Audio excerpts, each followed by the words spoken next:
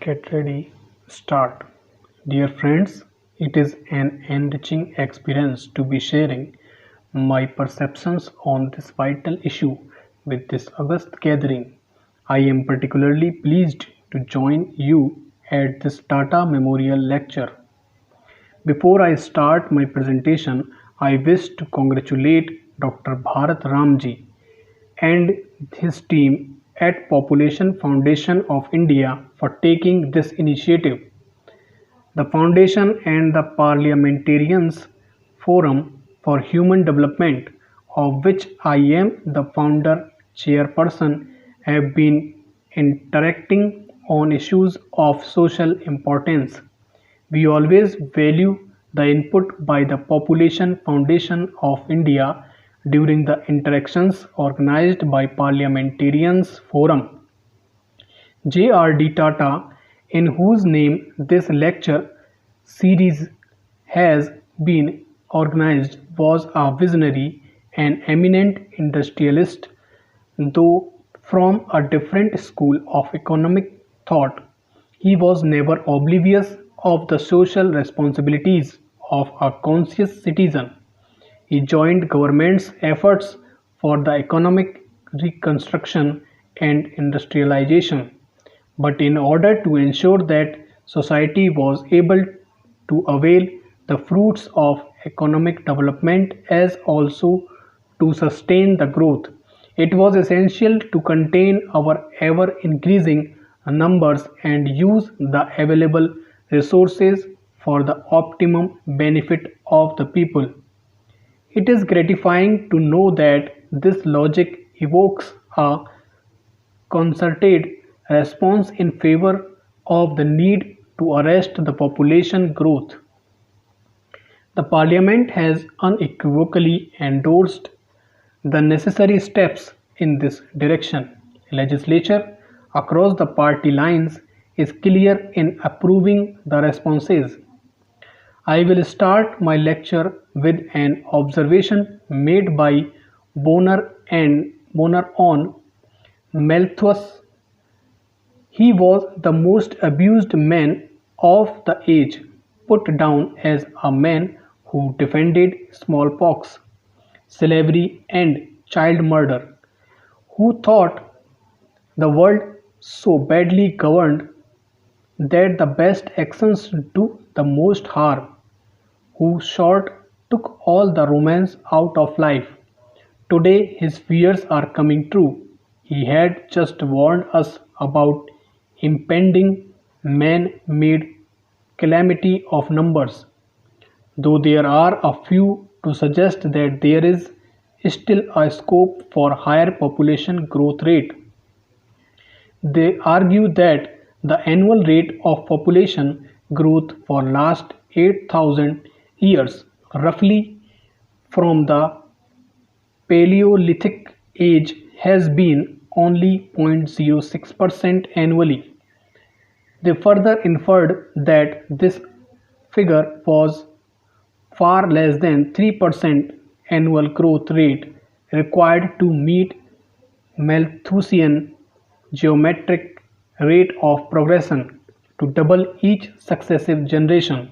I wonder if such suggestion will only take us to the beginning of our end.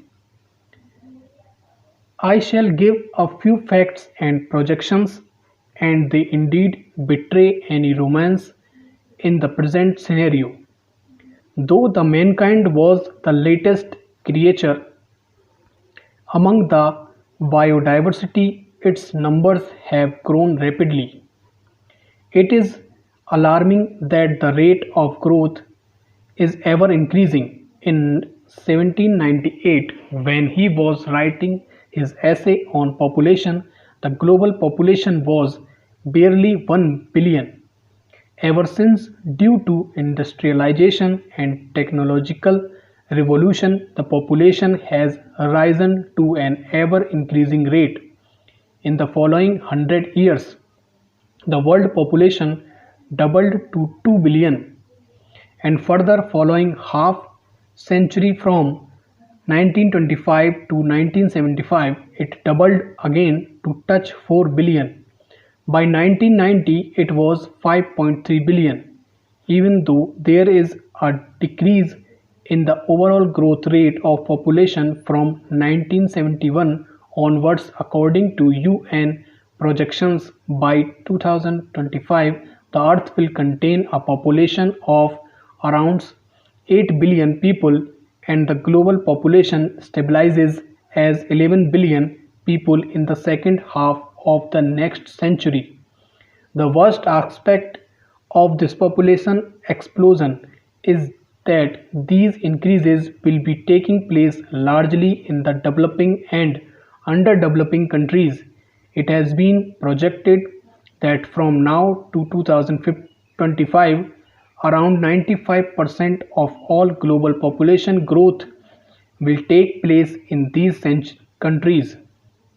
At current rate of population growth, we should plan to accommodate a workforce of around 3 billion of people in developing countries by 2025.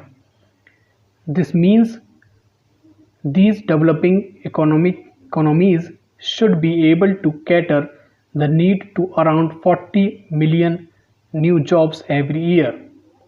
These countries have comparatively low industrial production, a high domestic consumption, leaves minimal surplus in the economy. Secondly, it was observed that in the countries with large population, the share of primary sector is higher in the economy. Greater part of investment and other inputs go into sustaining this large population. This does not leave enough of investable surplus. But it was not until Second World War the demographers and economists recognized that larger population adversely affected the economic development because it diverted the investments from growth related to inflated social demands of a larger population. In this context of developing countries, the population explosion will intensify the crisis of social security and sustainable development, urbanization and urban poverty.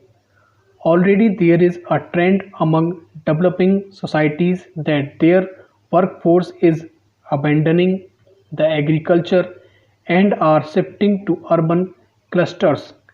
In 1985, around 30% of the population of developing countries was living in urban areas which shall go to 60%. Stop.